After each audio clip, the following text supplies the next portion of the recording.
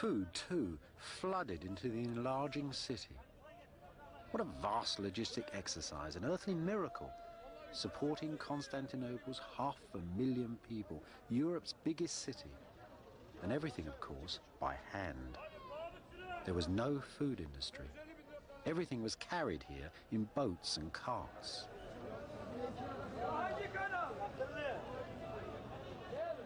The finest fish, the Byzantines believed, were caught beside the emperor's palace, between the rising of the Pleiades and the setting of the blood-red star Arcturus.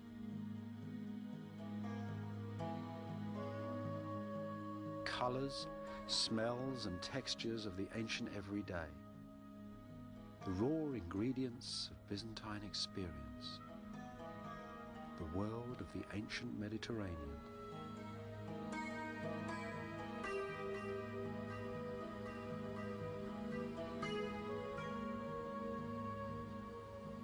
Just like the people of modern Istanbul, the Byzantines loved fresh bread and fresh vegetables.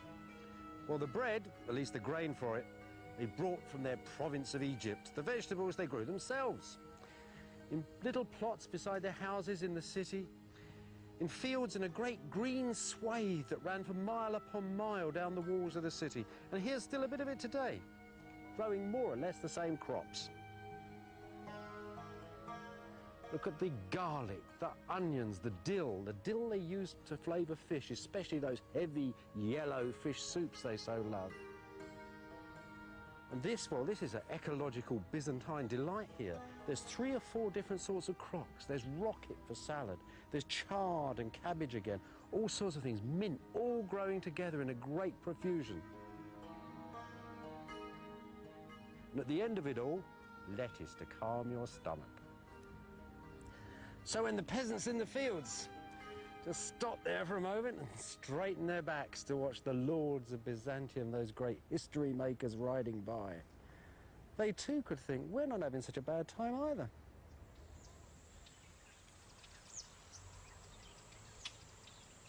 The Byzantine economy was based on the classic Mediterranean diet: wine, grain, cheese and vegetables and olives. Olive oil was a staple. It was Byzantium's fuel. It lit streets and homes and lighthouses. It oiled carts and cured baldness. And it was used for cooking. In its first centuries, Constantinople's oil came mostly from northern Syria. This is a wonderful thing. It's a piece of Byzantine industrial archaeology. It's a factory for making olive oil. This is a marvellous little place. I'll show you how it works. It's very sensible, very logical. The olives were picked from the trees. They came down that little street in wagons. They were tipped down through a window, and they fell into that trough down there. They were then scooped out of the trough and put into this mill. This is a great oil press for the berries. You see this drum? There were 2 of those. They fitted on end in here, side by side. A bar went between them, and 4 or 5 men pushed round the outside and reduced the olives, the skin, and the stone into a sort of horrible, messy pulp. That then was taken out of there and laid in these circles here. Now, this thing in the wall here held a great beam that ran through the air. And hanging above this was a huge cylinder of stone. And that then was slowly dropped onto the massive olive paste, and the oil dripped down into these tanks. Not the end, because this, after all, although it's cold pressed, is actually a very impure oil at this moment. So they take it out of here and they put it into this tank here. Now, this tank has already got water in it, so as they pour the olive oil in, it floats to the surface, all of the impurities go down to the bottom. And see this little trench here? A vital piece of gourmet equipment, because this is where the very finest oil ran from that impurity tank down into this tank to make fine, clear olive oil for the tables of Byzantium.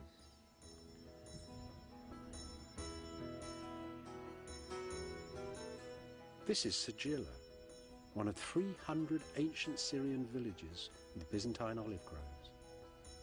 Provincial Byzantium, preserved in fine-cut stone.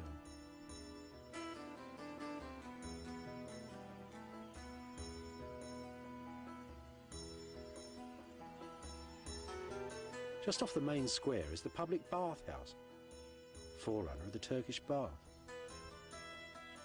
St. John cast whores and devils out of one of these.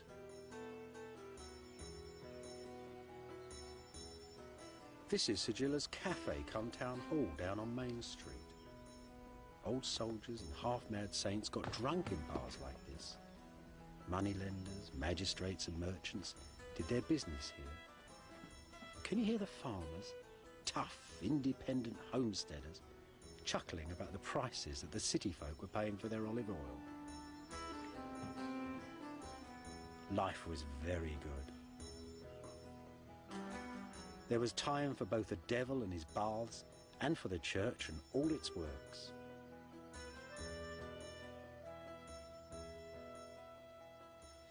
If you'd have come up this path 1,500 years ago on the 1st of September, you'd have been accompanied by thousands of people shouting and singing praises to the Lord. It was the feast day of St. Simon of the Pillar.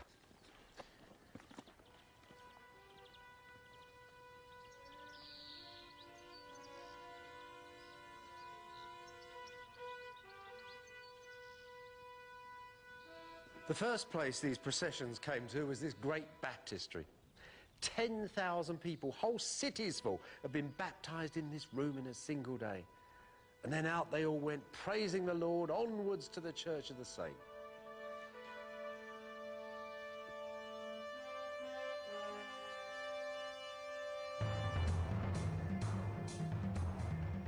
It's Roman architecture still, of course. Arches, vaults and column tops. But now there's Christian crosses too. The ancient forms are turning into something else. See? The wind of faith is bending all those ancient pagan patterns.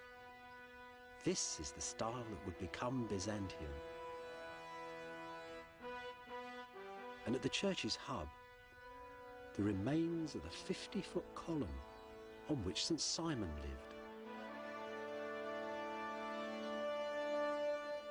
So who was this weird man who lived up a pillar and half the world had come to see him? When he died, they built this beautiful dancing church in his honour.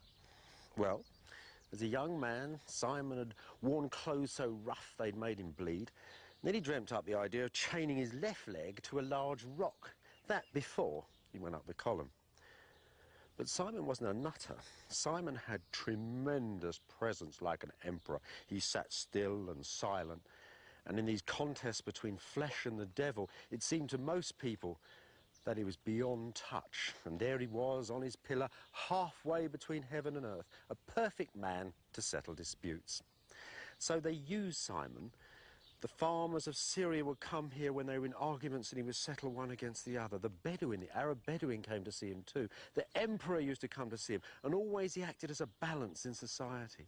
Such a terrifying balance that if he cursed somebody from the top of his pillar, a rock would explode next to the unfortunate individual. So Simon, it was a vital element in this new Christian empire.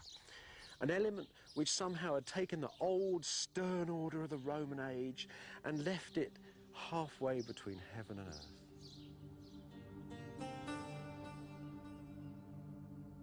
In the eastern Mediterranean, in the warm heartland of the pagan world, the first Christian empire, the Empire of Byzantium, had found its balance. It was a good life, a rich life, and there was peace and plenty.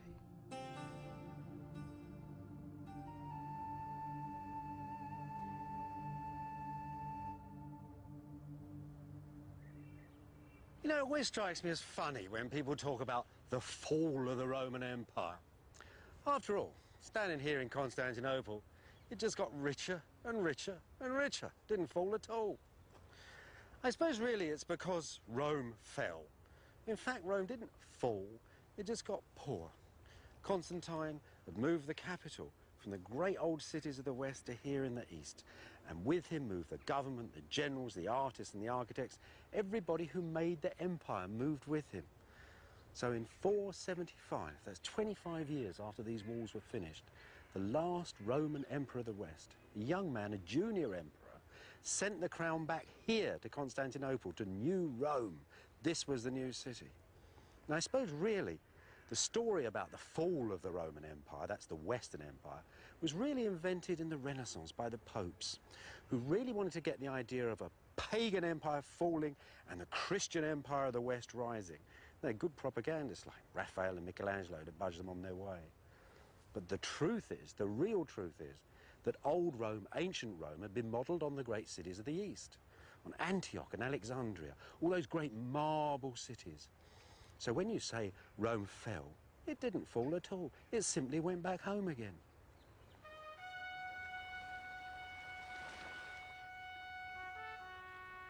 After the last emperor of the West resigned, Byzantium lost most of its European provinces.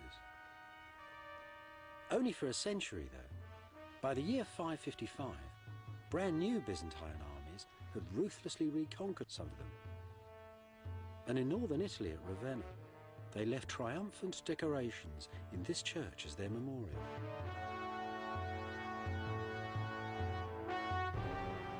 The man there is Justinian, the emperor who 200 years after Constantine completely remade the Roman Empire. The man who made Byzantium. He was a man, they said, who was gentle and approachable, a man who never showed his anger, a man who in the quietest of voices could order the death of thousands. He didn't organise the empire completely by himself, though. His great strength was as a manager. Those strong faces that surround him were the faces of a great team of men he'd picked together. And he didn't really care whether they were Roman patricians or from the humblest, roughest backgrounds. He himself actually come from a completely illiterate peasant family in Serbia. Justinian, though, was only half the picture. The other half was that most remarkable woman over there, the Empress Theodora. They'd married each other for love, and they stayed together for 25 years. And look at the young ladies of the court there. They're looking sideways and a bit nervous. You see, it's not proper for young girls to look straight at you, not unless you're a woman of power like Theodora. But that is actually a portrait of a woman dying of cancer. Within 2 or 3 months of this mosaic being finished, Theodora was dead. Justinian ruled for another 20 years. He never remarried, and he went to her grave and lit candles until he was a very old man.